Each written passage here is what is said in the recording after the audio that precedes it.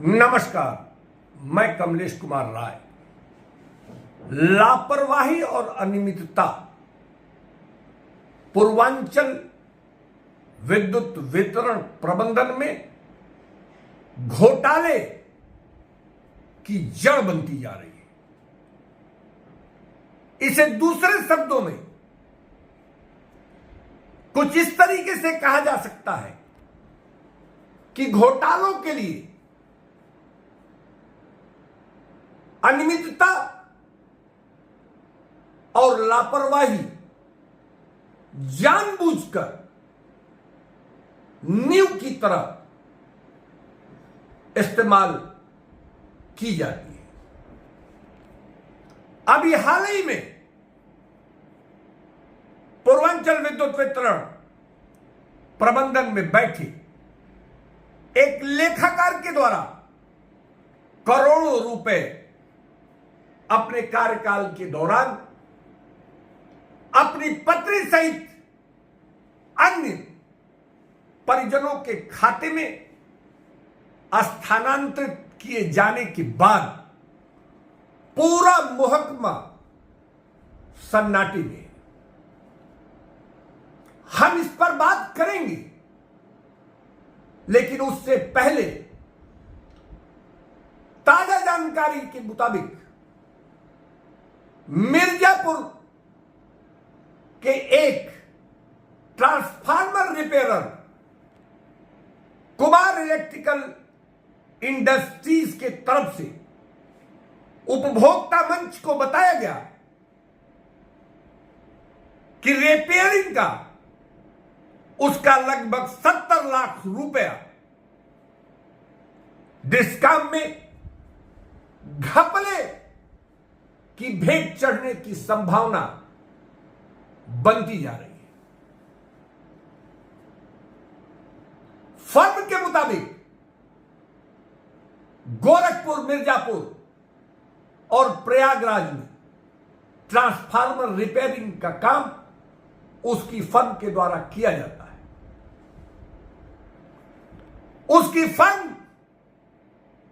के काम के बाद दिए जाने वाले बिल को दूसरे फर्म की वेंडर आईडी पर भेज दिया जाता है। जानकारी मिलने के बाद फर्म के प्रोप्राइटर के द्वारा पूर्वांचल डिस्काम के एमडी शंभू कुमार से अब तक 3 बार से ज्यादा बार मुलाकात करने के साथ ही डायरेक्टर फाइनेंस संतोष कुमार जाडिया सहित DCM, DGM finance Amit Rohila से भी इस बाबत मुलाकात की जा चुकी है। गोरखपुर के अधिशासी अभियंता के द्वारा डिस्काम को बाकायदे फर्म के द्वारा की गई शिकायत पर कार्रवाई करने हेतु लिखा भी जा चुका है। फर्म का कहना है कि बार बार पत्राचार किए जाने के साथ डिस्काम के अधिकारियों से व्यक्तिगत मुलाकात और अनुरोध के बाद भी उसके फर्म को जो दूसरे के वेंडर आईडी पर रखा गया है और जिस पर यह संभावना बढ़ती जा रही है कि वह आने वाले दिनों में दूसरे फर्म को उसका भुगतान कर दिया जाएगा, इसके लिए इसमें सुधार की गुजारिश लगातार किए जाने के बावजूद डिस्काम सुनने को तैयार नहीं है। सवाल उठना लाजमी है कि क्या डिस्काम में बैठे डायरेक्टर फाइनेंस संतोष कुमार जाडिया के द्वारा ऐसी गंभीर अनियमितताओं और लापरवाहियों को जानबूझकर घपले की नींव की तरह इस्तेमाल किया जा रहा है। पिछले दिनों इसी तरीके की एक घटना, जिसमें एक लेखाकार ने 7 लाख रुपया, माफ करेंगे 7 करोड़ रुपया, जो लेबर सेफ जैसे सरकारी पैसे को अपने परिजनों को के अकाउंट में दे दिया गया, बावजूद इसके डायरेक्टर फाइनेंस और उनकी टीम इससे सबक लेने को तैयार नहीं है। संभावना इस बात की जताई जा रही है कि इस तरीके की अनियमितताएं और लापरवाहियां जानबूझकर डिस्कॉम प्रबंधन में बैठे उच्चाधिकारियों के द्वारा किया जाता है।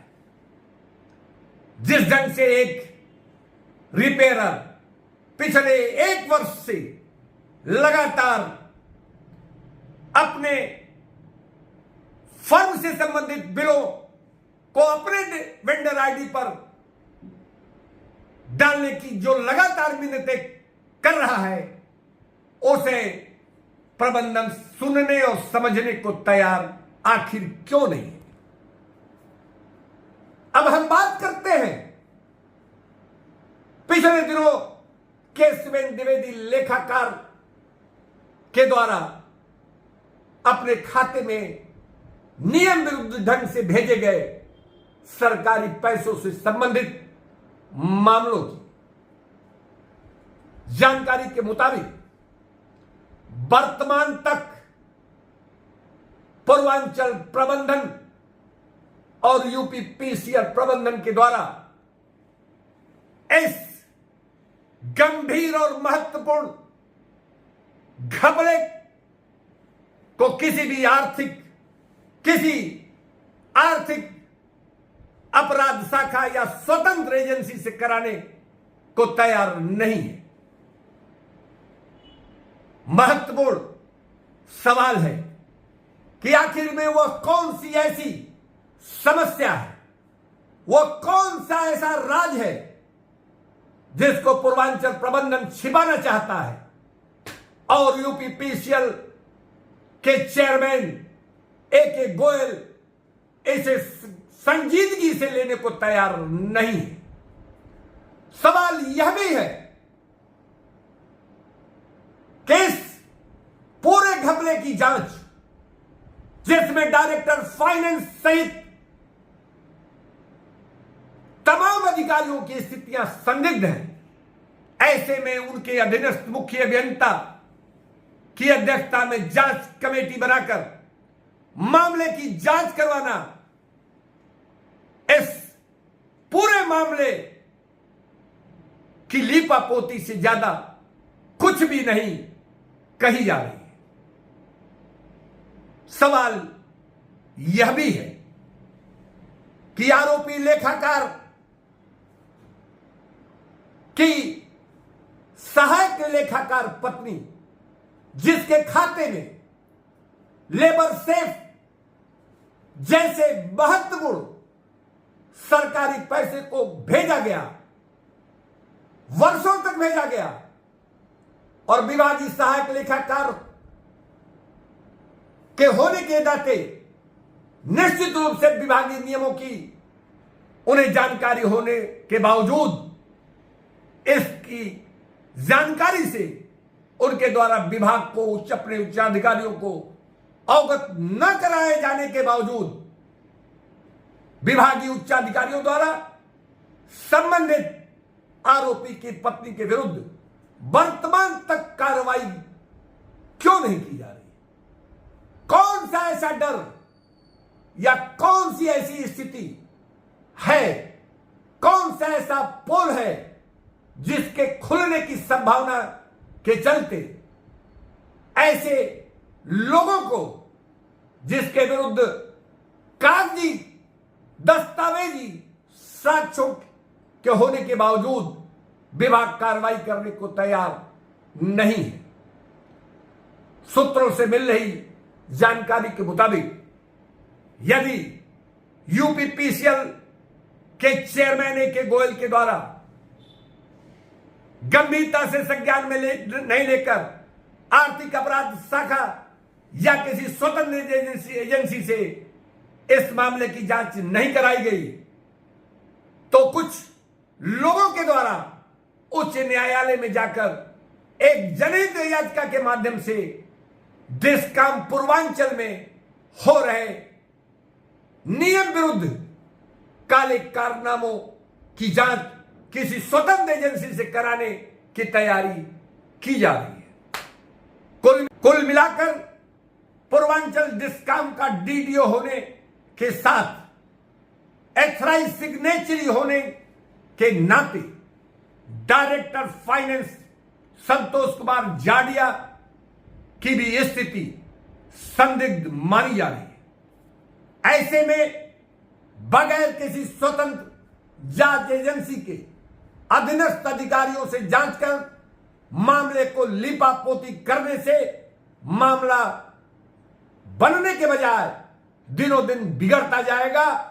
ऐसे गंभीरता से लेने की जरूरत है। उपभोक्ता मंच के लिए आज बस इतना ही। नमस्कार।